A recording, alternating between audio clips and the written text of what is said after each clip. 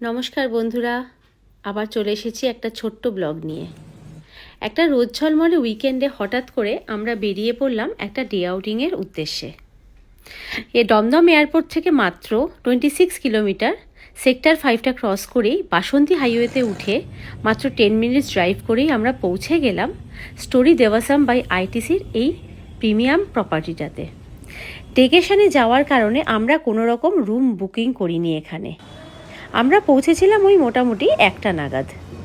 দুপুর 1টায় পৌঁছে ওখানে প্রথমেই বিরিয়ানি, মাটন, পোলাও, চিকেন, তারপর অনেক রকমের ডেজার্ট দিয়ে সেরে ফেললাম আমরা আমাদের রাজকীয় লাঞ্চ।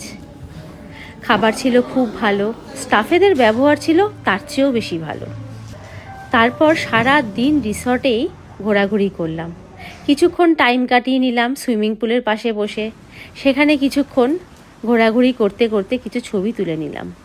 তারপর চলে গেলাম দেখতে ওদের দারুণ লাক্সারিয়াস স্পা জোনটা। স্পা জোন থেকে ফিরে এসে আমরা প্লে এরিয়াতে বেশ কিছুক্ষণ টাইম কাটালাম, অনেক খেলাধুলা করলাম, ভীষণ আনন্দ হলো।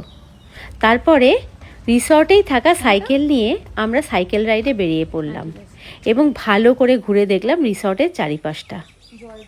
চারিদিকে সবুজে ঘেরা মাঠ, ভীষণ ভাল লাগছিল।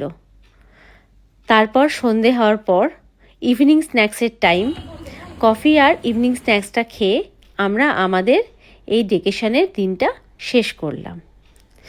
তাই আপনাদেরও বলছি, যদি আপনারা ওয়ান নাইট স্টে কিংবা এমনি ডেকেশনের জন্য কোথাও যেতে চান, অবশ্যই আপনারা এই জায়গাটা এক্সপ্লোর করতে পারেন।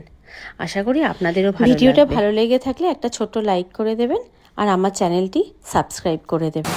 ধন্যবাদ।